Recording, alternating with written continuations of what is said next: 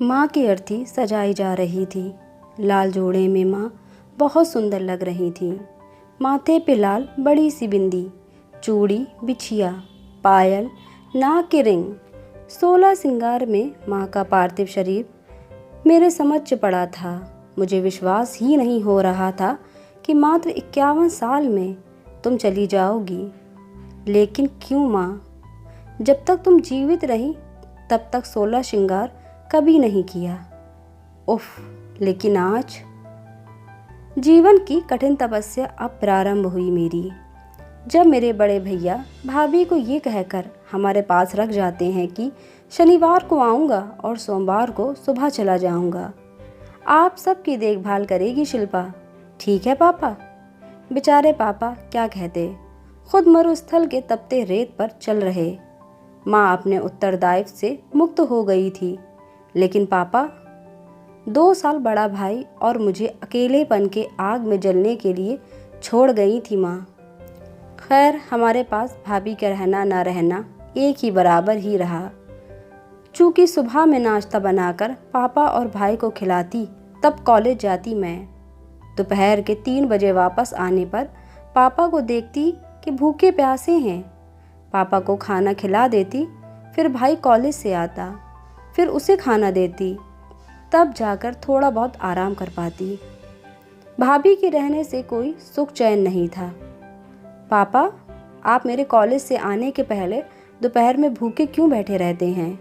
भाभी से मांग कर दोपहर का खाना खा लिया करिए, जबकि सुबह 9 बजे नाश्ता करते हैं आप। दोपहर को इतनी देर तक भूखा रहना ठीक नहीं है पापा।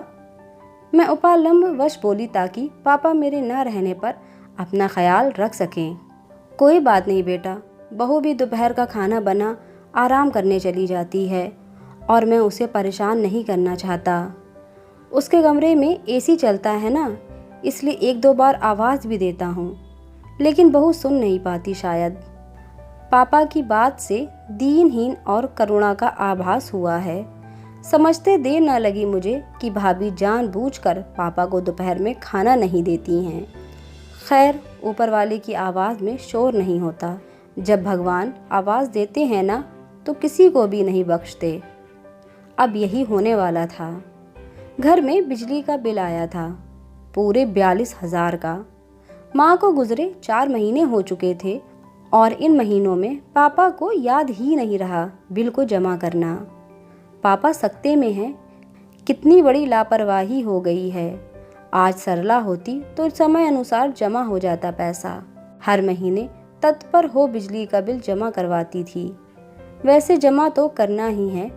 पापा थे तो असमंजस में, पर उन्हें कुछ उपाय सुझाना ज़रूरी था।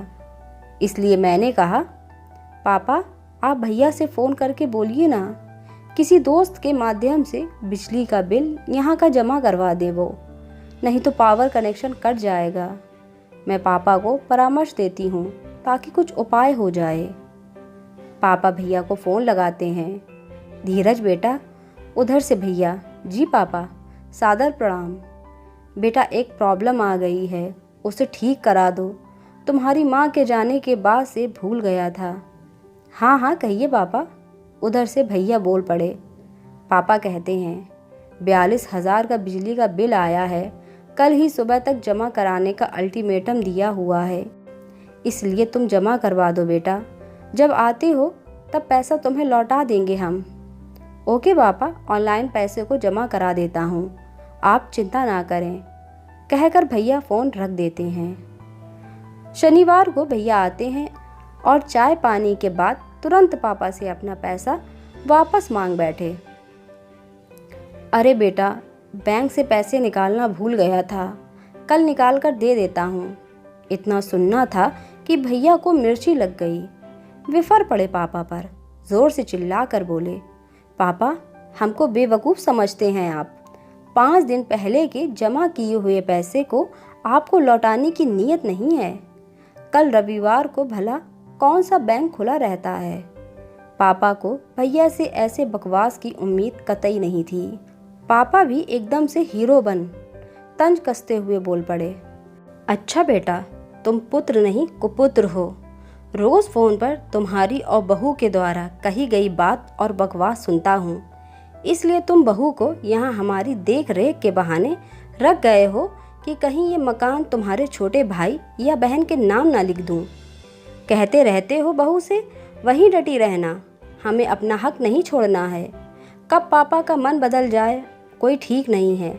जब तक बंटवारा नहीं होता तुम चुपचाप वहीं पड़ी रहो, है ना बहू?